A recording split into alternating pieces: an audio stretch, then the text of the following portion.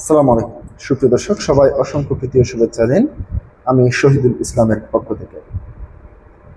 প্রিয় দর্শক, আজকে আমি যে বিষয়টি নিয়ে কথা বলতে চাচ্ছি, এই বিষয়টি নিয়ে কথা বলবো না ভাবছিলাম, কিন্তু শেষ পর্যন্ত কথা বলতেই হচ্ছে। পদ্মা সেতু। প্রিয় দর্শক, তৎকালীন আওয়ামী লীগ সরকারের জন্য সফলতার উন্নয়নের চাবিকাঠি হিসেবে এই পদ্মা সেতুকে 1 নম্বর তালিকায় রাখা যায়। রূপপুর পারমাণবিক বিদ্যুৎ কেন্দ্র থেকে শুরু করে মেট্রো রেল, ঢাকা কক্সবাজার মহাসড়ক, সরি রেল লাইন সড়ক, এর পাশাপাশি সারা বাংলাদেশে রূপপুর পারমাণবিক বিদ্যুৎ কেন্দ্র থেকে শুরু করে বড় বড় মেগা যে প্রজেক্টগুলি করা হয়েছিল, সেই প্রজেক্টগুলি এখনো অনেকাংশেই শেখ হাসিনার প্রশংসা পাওয়ার দাবিদার। প্রিয় দর্শক, পদ্মা সেতুর রেল সংযোগ সেতুর পিলারের নিচ থেকে মাটি কাটায় উদ্বেগ স্থানীয় জনগণের, বন্ধ করল প্রশাসন। এ ধরনের নিউজ প্রচার করেছে দৈনিক প্রথম আলো। দৈনিক প্রথম আলো থেকে শুরু করে আমি দেখেছি মূলধারার যেই মিডিয়াগুলি রয়েছে, সেই মিডিয়াগুলিতেও এই নিউজ সম্প্রচারিত হয়েছে। প্রিয় দর্শক, যে সরকারি এই ধরনের পদ্মা সেতু, মেট্রো রেল কিংবা যেটাই বলেন না কেন, যে সরকারের আমলেই হোক না কেন, যে সরকার ক্ষমতায় আসে, তার দায়িত্ব এই সমস্ত প্রকল্পগুলো কিংবা এই সমস্ত কিছুকে রক্ষণাবেক্ষণ করা। এগুলি দেশেরই সম্পদ। কিন্তু আমরা দেখতে পেলাম কি, ঈদুল আজহার সময় যে কোরবানির গরুর হাট, সেই গরুর হাট বসানো হলো মেট্রো রেলের ভিতর। সেটি নিয়ে সামাজিক যোগাযোগ মাধ্যম সহ সব জায়গায় আলোচনা সমালোচনা যখন ছড়িয়ে পড়েছে, ঠিক সেই মুহূর্তে আমরা দেখতে পেলাম সরকারের পক্ষ থেকে মন্ত্রী প্রতিমন্ত্রীরা বিভিন্ন বিবৃতি দিয়ে দায়সারা মন্তব্য করে সেটি থেকে বেরিয়ে আসলেন। এরপর দেখলাম কি, সামাজিক যোগাযোগ মাধ্যম সহ বেশ কয়েকটি জায়গায় ভাইরাল হয়েছে যে দরিদ্র জনগোষ্ঠীর আবাসন ব্যবস্থা তৈরি করার জন্য শেখ হাসিনা সরকার বেশ কয়েকটি জায়গায়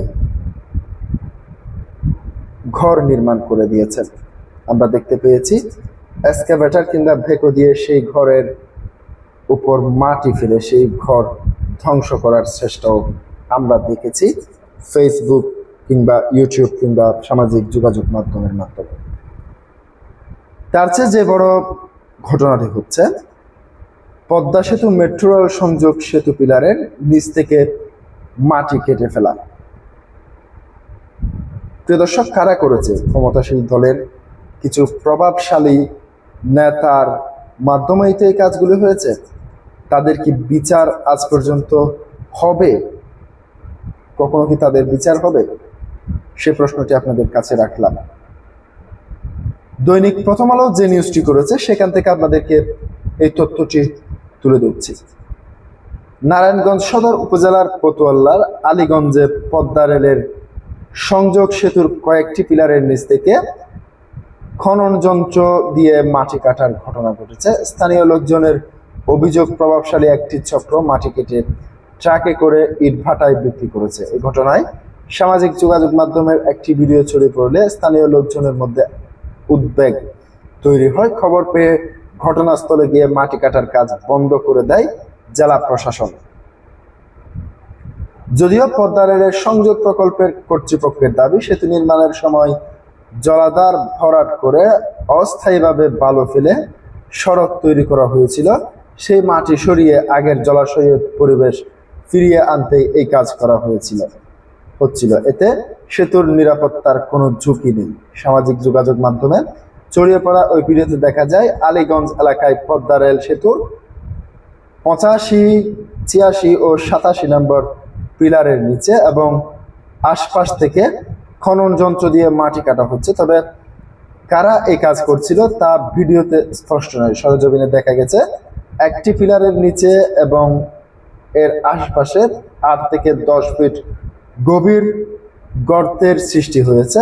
1 সপ্তাহ ধরে দিনে রাতে মাটি কেটে ড্রাম ট্রাকে করে আশপাশের ইটভাটায় মাটি সরিয়ে নেওয়া হয়েছে বলে অভিযোগ উঠেছে। স্থানীয় লোকজন মাটি কাটায় বাধা দিলেও প্রভাবশালীদের ভয়ভীতির কারণে মাটি কাটা বন্ধ হয়নি বলে অভিযোগ।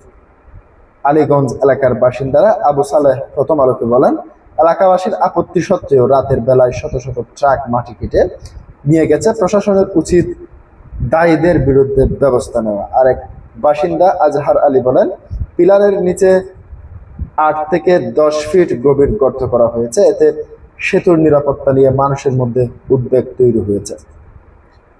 স্থানীয় সূত্র জানা গেছে, পদ্মা সেতুর নিচ দিয়ে একটি সড়ক জোরপুর এলাকার সঙ্গে যুক্ত করার পরিকল্পনা আছে। এ বিষয়ে চলতি মাসে এলাকাবাসী একটি সভাও করেছিল। কুতুবপুর ইউনিয়ন পরিষদের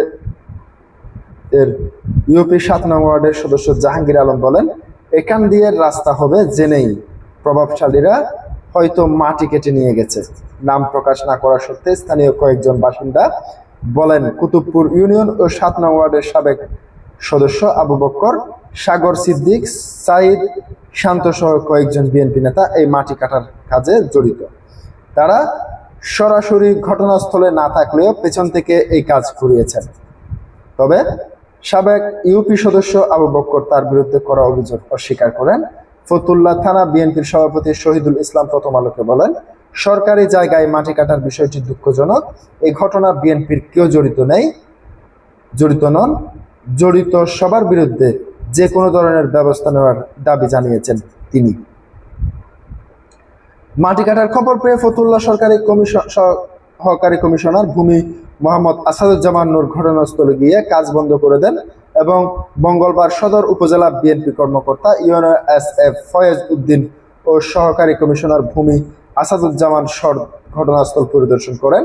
ইউএনও ফয়েজ উদ্দিন প্রথম আলোকে বলেন, পদ্মা সেতুর নিচ থেকে মাটি কাটার খবর পেয়ে কাজ বন্ধ করে দেওয়া হয়েছে। সংশ্লিষ্ট ব্যক্তিরা অনুমতির কথা বললেও এমন কোনো নথি দেখাতে পারেনি। রেলপথ মন্ত্রণালয়ের নির্দেশনা না পেয়ে এ পর্যন্ত যেখানে মাটি কাটা বন্ধ থাকবে। বিষয়টি নিশ্চিত করে মন্ত্রণালয়ে জানানো হয়েছে। পদ্মা রেল সেতু প্রকল্পের ব্রিজ অ্যান্ড ভায়ার ইনচার্জ প্রকৌশলী আমিনুল করিম প্রথম আলোকে বলেন, আলীগঞ্জ অংশটি আগের জলাধার ছিল।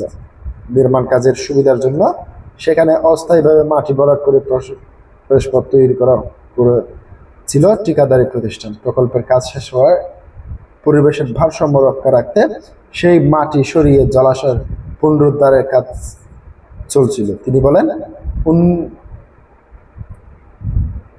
86 থেকে 90 পর্যন্ত পিলারের 600 কিলোমিটার এলাকায় এ কাজে পরিকল্পনা ছিল।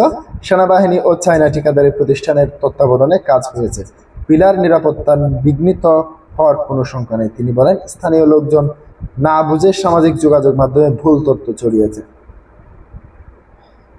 যোগাযোগ করলে জেলা প্রশাসক মোহাম্মদ রায়হান কবির প্রথম আলোকে বলেন, পদ্মা সেতুর নিচ থেকে মাটি কাটার খবর পেয়ে ম্যাজিস্ট্রেট ও পুলিশ পাঠিয়ে কাজ বন্ধ করা হয়েছে। সংশ্লিষ্ট ব্যক্তিদের কাছে নথি তলব করা হয়েছে। তারা ব্যাখ্যা দিয়েছেন কাজের সুবিধার্থে রাস্তা তৈরি করবে এবং প্রকল্পের কাজ শেষে মাটি সরিয়ে নেবে, এমন চুক্তি ছিল। তারা তাৎক্ষণিকভাবে গ্রহণযোগ্য কাগজপত্র দেখাতে পারেনি। তিনি আরো বলেন, সরজমিনে তথ্য মতে এবারে মাটি কাটার সুযোগ নেই বলে তাদের মনে হয়েছে। রেলপথ মন্ত্রণালয় আনুষ্ঠানিকভাবে এতে সেতুর কোনো ঝুঁকি নেই জানাতে হবে।